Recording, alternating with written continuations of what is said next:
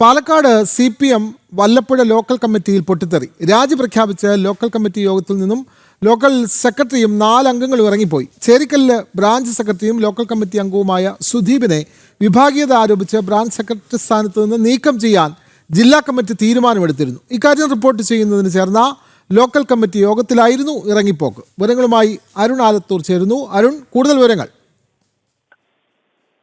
വെള്ളിയാഴ്ച Cherpulassery area committee ഓഫീസിൽ ചേർന്ന വല്ലപ്പുഴ ലോക്കൽ കമ്മിറ്റി യോഗത്തിലായിരുന്നു ഇത്തരമൊരു സംഭവം ഉണ്ടായത്.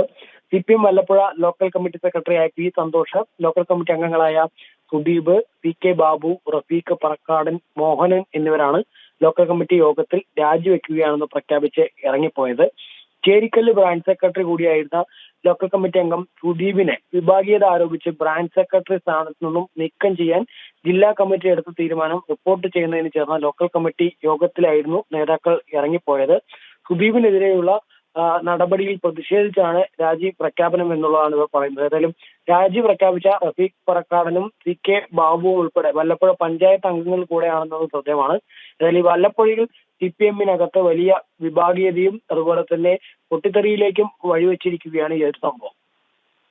പാലക്കാട് ജില്ലയിലെ വല്ലപ്പുഴയിലാണ് CPM ലോക്കൽ കമ്മിറ്റിയിൽ വിഭാഗീയത രൂപപ്പെട്ടത്.